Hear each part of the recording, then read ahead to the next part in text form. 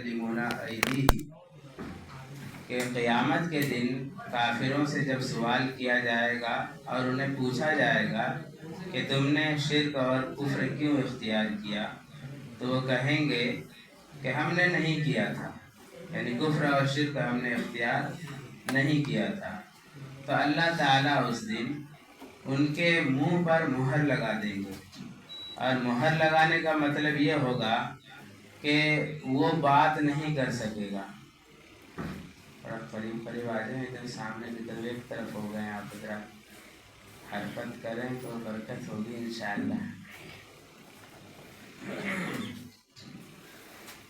ہاں، تو قیامت میں جب کافر انکار کرے گا تو اللہ تعالیٰ اس کے منہ پر مہر لگا دیں گے، اور مہر لگانے کا مطلب یہ ہے کہ وہ بول نہیں سکے گا۔ پھر اللہ تعالیٰ ان کے وَتُكَلِّمُنَا أَيْدِيهِمْ وَتَشْهَدُ أَرْجُلُهُمْ، ان کے ہاتھ اور ان کے پیر سے بات کریں گے اللہ تعالیٰ، تو پھر وہ گواہی دیں گے کہ ہاں انہوں نے یہ برائی کی تھی اور انہوں نے یہ کیا تھا۔ تو پھر دوسری جگہ پر یہ بتایا گیا ہے کہ وہ شخص پھر اپنے اعضاء سے مخاطب ہو کر کے کہے گا میں تمہیں بچانے کے لیے جھوٹ بول رہا تھا اور تم نے ہی میرے خلاف گواہی دے دی۔ تو خیر، اس سے یہ بتانا چاہتے ہیں کہ کوئی آدمی اگر گناہ کرے گا اور بعد میں اللہ کے سامنے بھی جھوٹ بولنا چاہے گا تو نہیں بول سکے گا۔ دنیا میں تو وہ بچ سکتا ہے جھوٹ بول کر، لیکن قیامت میں اللہ کے سامنے نہیں بچ سکتا۔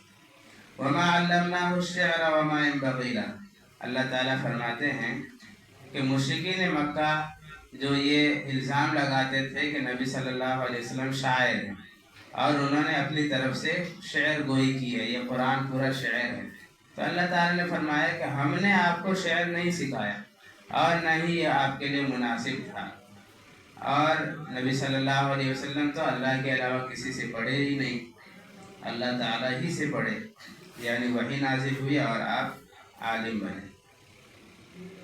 اولم یر الانسان انا خلقناه من نطفة فاذا هو خصیم مبین۔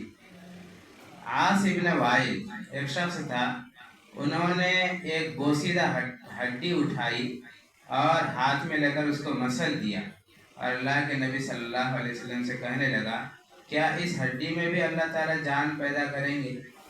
تو اللہ تعالیٰ فرما رہے ہیں کہ اس انسان کو دیکھو کہ ہم نے انہیں ایک نطفے سے پیدا کیا اور پھر وہ ہم سے جھگڑنے لگا ہے کہ اس ہڈی میں بھی جان پیدا کر دے گا۔ کیا اللہ تعالیٰ نطفے سے جب انسان بنا سکتا ہے تو کیا ہڈی سے دوبارہ انسان نہیں بنا سکتا؟ پہلی مرتبہ تو بنانا مشکل ہوتا ہے، لیکن دوسری مرتبہ تو آسان ہے اس سے، اور اللہ تعالیٰ کے لیے تو سب کچھ ہی آسان ہے۔ وَضَرَبَ لَنَا مَثَلًا وَنَسِيَ خَلْقَهُ قَالَ مَن يُحْيِي الْعِظَامَ وَهِيَ رَمِيمٌ، اس پوری بات کو اس میں بیان کیا گیا۔ آگے سورہ صافات ہے، اس میں چونکہ شروع میں والصافات صفا ہے اس لیے سورت کا نام صافات رکھا گیا۔ والصافات صفا، اللہ تعالیٰ قسم کھا رہے ہیں کہ صف در صف کھڑے ہونے والے فرشتوں کی قسم، فالزاجرات زجرا، ڈانٹنے والے فرشتوں کی قسم، فالتالیات ذکرا، تلاوت کرنے والے فرشتوں کی قسم۔ تین قسم کھانے کے بعد اللہ تعالیٰ فرما رہے ہیں ان الہکم الہ و ان الہکم لواحد، کہ تمہارا معبود ایک ہی ہے۔ اصل میں مشرکین مکہ یہ کہتے تھے کہ یہ فرشتے اللہ کی بیٹیاں ہیں، اور پھر کچھ ایسا عقیدہ رکھتے تھے کہ فرشتوں کی بھی عبادت کرتے تھے۔ تو اللہ تعالیٰ نے فرمایا کہ نہ تو اللہ کی بیٹیاں ہیں، ان کے اولاد ہیں، اور نہ ہی اللہ کے علاوہ کوئی معبود ہے۔ اولئک لہم رزق معلوم، یہاں سے اہل جنت کا ذکر ہے کہ اللہ تعالیٰ انہیں رزق عطا فرمائیں گے۔ دنیا میں تو ایسا ہو سکتا ہے کہ آئندہ کل مجھے کیا ملے گا کیا نہیں ملے گا، شک و شبہ ہے، لیکن جنت میں تو کوئی شک و شبہ کی بات نہیں، وہاں تو بھوک ہی نہیں لگے گی، صرف مزے کے لیے کھائے گا، اور ہر وقت اللہ کی جانب سے وہاں روزی موجود ہوگا۔ وَلَقَدْ نَادَيْنَا نُوحٌ فَلَنِعْمَ الْمُجِيبُونَ، نوح علیہ السلام کا قصہ ہے جو کہ پیچھے گزر چکا۔ وَإِنَّ مِن شِيعَتِهِ لَإِبْرَاهِيمَ، ابراہیم علیہ السلام کا واقعہ ہے، یہ بھی پیچھے گزر چکا ہے۔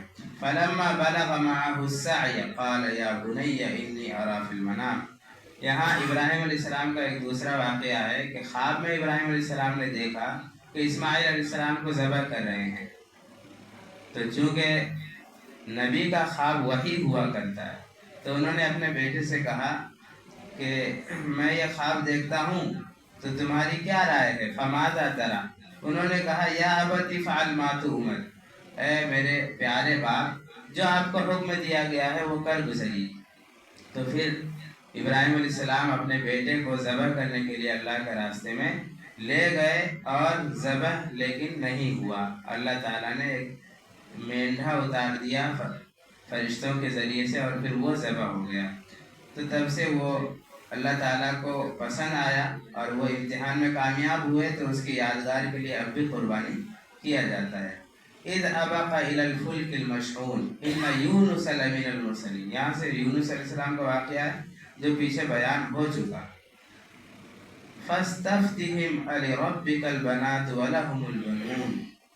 یہاں یہ کہہ رہے ہیں کہ مشرکین مکہ یہ کہتے تھے کہ فرشتے اللہ کی بیٹیاں، اور پھر ان کے یہاں اگر بیٹی پیدا ہو جاتی تو پھر وہ ان کا چہرہ بدل جاتا اور وہ یہ کہتے کہ یہ تو ہمارے لیے بے غیرتی کی بات ہے کہ میرا کوئی داماد بنے.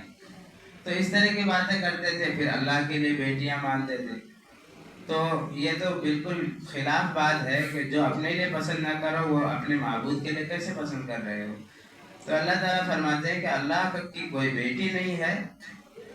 وَلَدَ اللَّهُ وَإِنَّهُمْ لَكَاذِبُونَ. اللہ تعالیٰ کا کوئی بیٹا یا کوئی اولاد نہیں ہے، نہ بیٹا ہے نہ بیٹی ہے. اللہ ایک ہے، اللہ کے سوا کوئی معبود نہیں. سبحان ربک رب العزت عما یصفون.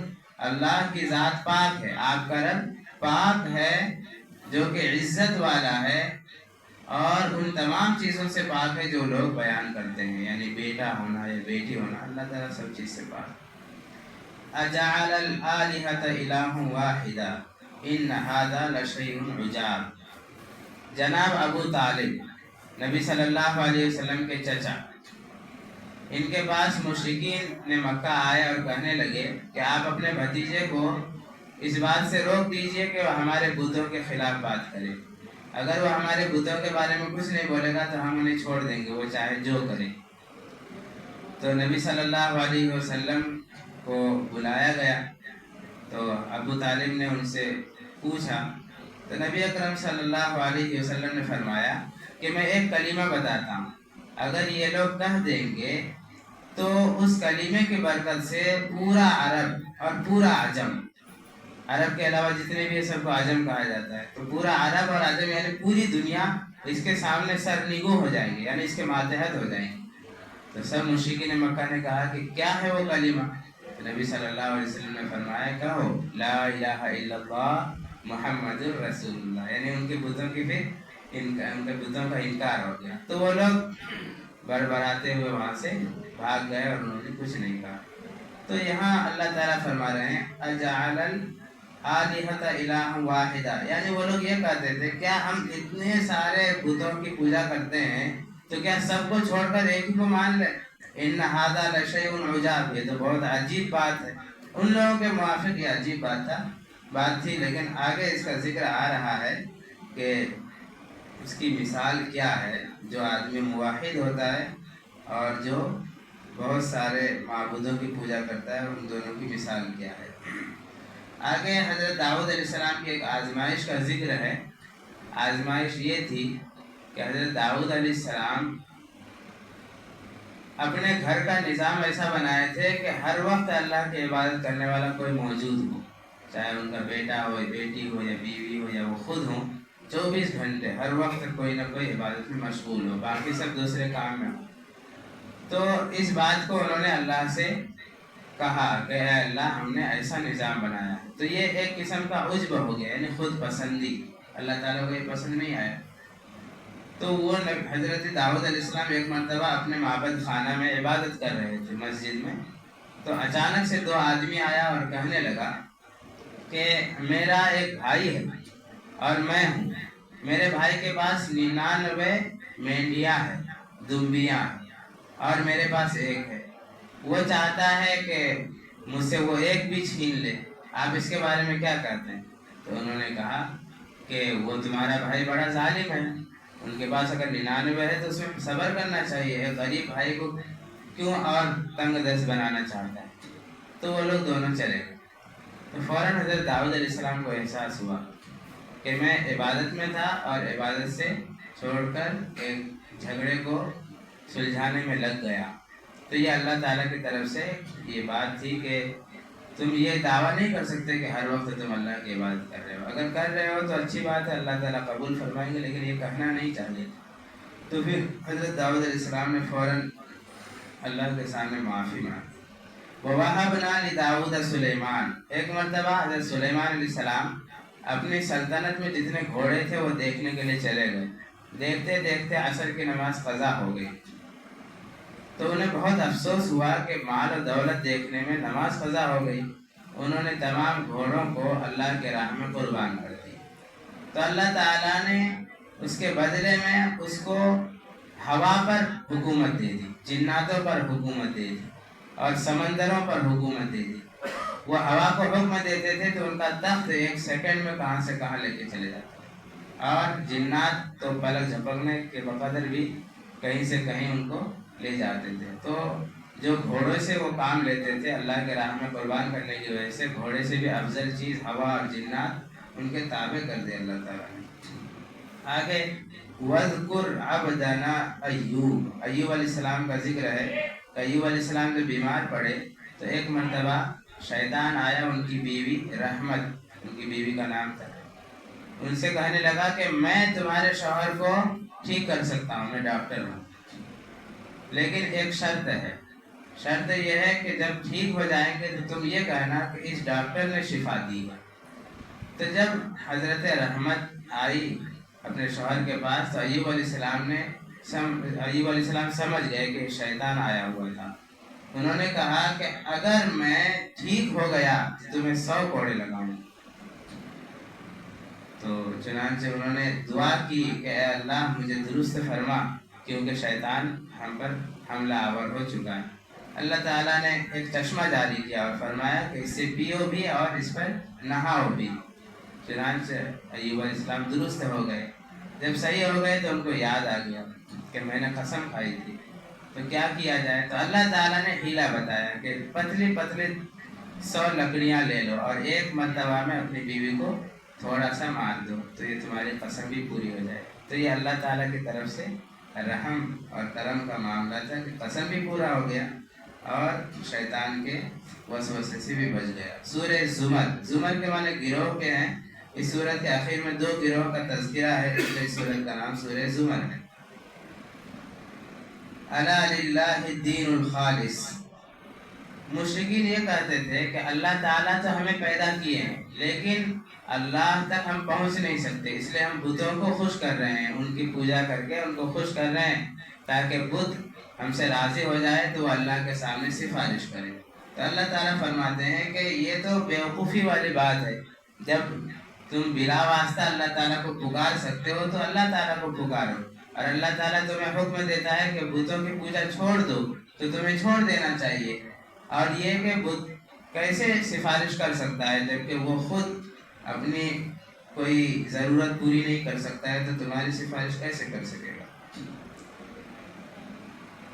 ایک مرتبہ صحابہ نے سوال کیا کہ شرح صدر کا کیا مطلب ہے، یعنی اسلام کے لیے دل کا کھل جانا، اس کا کیا مطلب ہے؟ تو اس سلسلے میں قرآن کی آیت نازل ہوئی، افمن شرح اللہ صدرہ للاسلام فہو علی نور من ربہ، جن کا دل اسلام کے لیے کھل گیا تو یہ اللہ کی طرف سے ایک روشنی ہے۔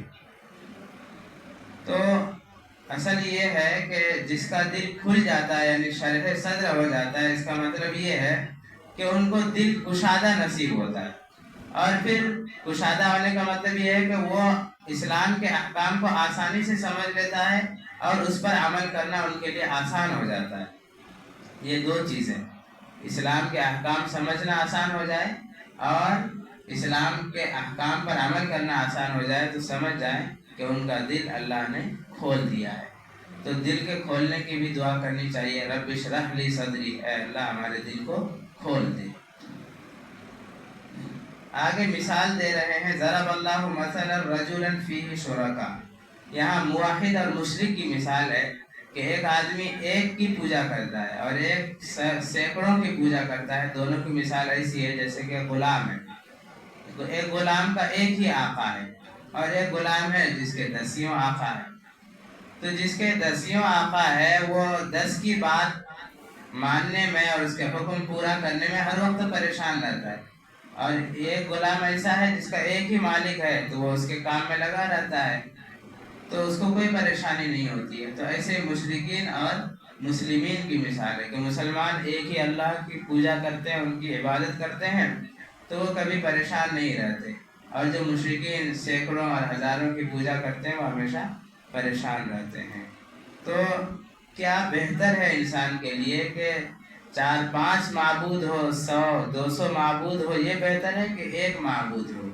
تو کہتے ہیں کہ ایک معبود ہو کہ جس کی پوجا کی جائے, جس کا حکم مانا جائے, تو یہ انسان کے لیے سکون کا بھی باعث ہے اور اللہ کے رضا کا بھی ذریعہ ہے. اللہ تعالیٰ عمل کی توفیق نصیب فرمائے. آمین. وآخر دعوانا ان الحمد للہ.